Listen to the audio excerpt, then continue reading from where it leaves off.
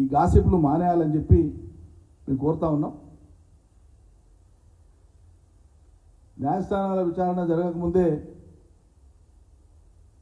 ప్రభుత్వంలో ఉండేటువంటి పెద్దలు కానీ లేకుంటే పోలీసు కొంతమంది అధికారులు కానీ తామే తీర్పులు ఇచ్చేసినట్లుగా మాట్లాడడం ఇది చట్ట వ్యతిరేకమని చెప్పి మేము మనవి చేస్తా ఉన్నాం.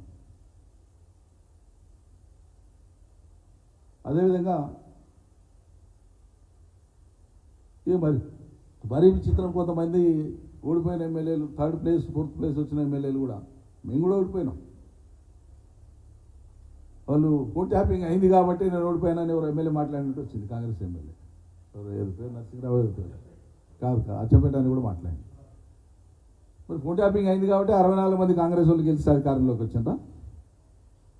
ఓట్ ట్యాపింగ్ అయింది కాబట్టి బీఆర్ఎస్ వాళ్ళు ఓడిపోయి ప్రభుత్వం బయట. సెన్సిబుల్గా ఉండాలి కదా ఏదైనా మాట్లాడేటప్పుడు కూడా.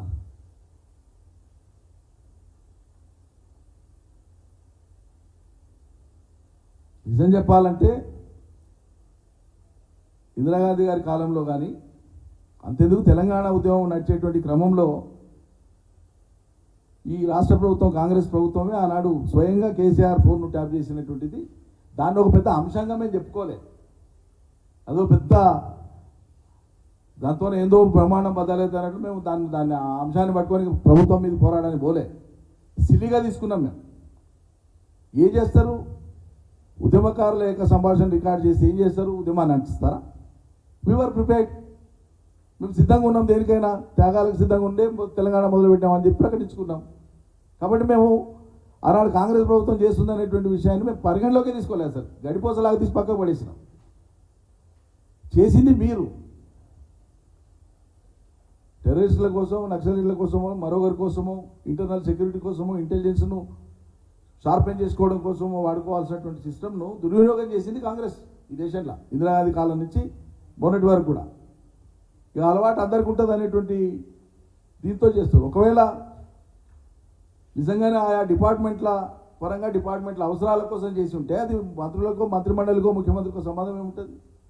సంబంధం ఉంటే ఎవిడెన్స్ ఉండాలి కదా. అట్లా లేకుండా రోజు అప్రతిష్ట పాలు చేసేటట్లుగా వార్తా కథనాలు లీకులు ఇచ్చి చేయడం అనేటువంటిది ఇది అసమంజసమే కాదు, అవసరమైతే చట్టపరమైన చర్యలు కూడా మేము ఉపక్రమిస్తాం.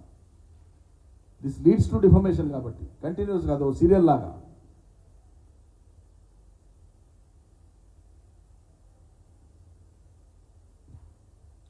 అదేవిధంగా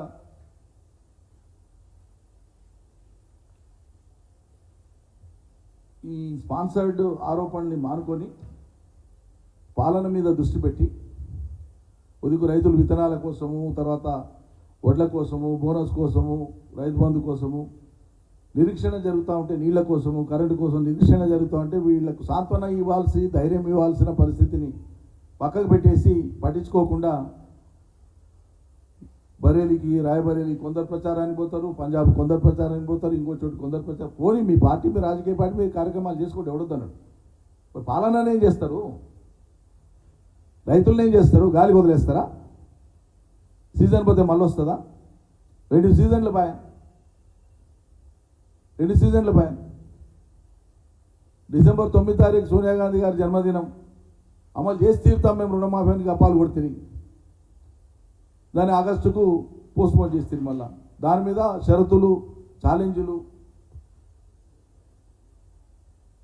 చేసి చూపమని మాట్లాడితే,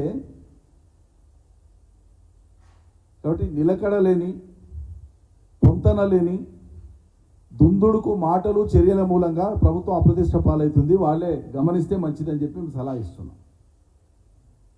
తోచినప్పుడు ఒకటి మాట్లాడేసి అదేందో పెద్ద విజయం సాధించినట్లు. నిలకడ అవసరము, నేర్చుకోవడం అవసరము, పరిశీలన అవసరము, నిపుణుల సలహాలు, సూచనలు అవసరము. వాటి పరిగణలోకి తీసుకొని కొంత ఆలోచించి నిలకడగా ఏం చేద్దాం అనేది ఉండాలి. కానీ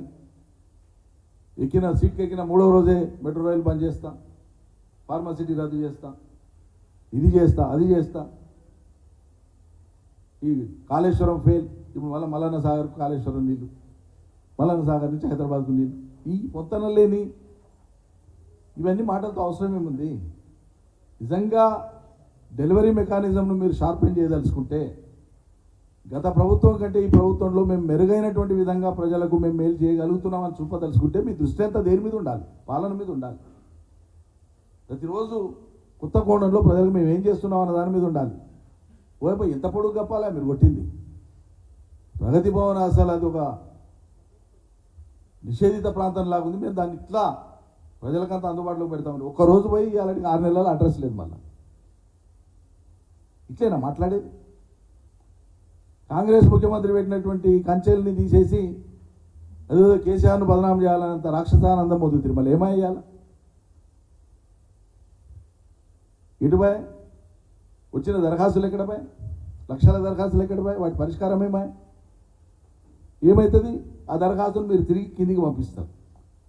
ఎక్కడి నుంచి జనరేట్ అయ్యి వస్తుందో సమస్య, ఆ సమస్య ఉన్న చోటుకి మళ్ళీ దరఖాస్తులు పంపిస్తారు.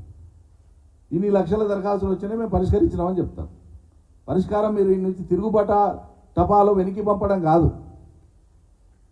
ప్రతి అప్లికేషన్లో ఉండేటువంటి ఆ సమస్య పరిష్కరించదగిందా కాదా, అయితే ఏ స్థాయిలో పరిష్కరించదగింది, ఏ రూపంలో పరిష్కారం మీరు అందజేసినారో ప్రతి కాగితం మీద మీరు వివరణ ఇవ్వగలగాలి ఆయా జిల్లాల వారీగా.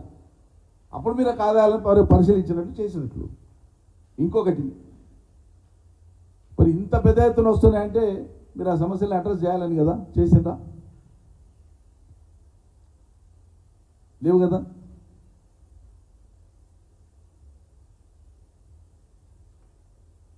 కాబట్టి ఆరోపణలు చేయడం చాలా సులభం ఎవరికైనా.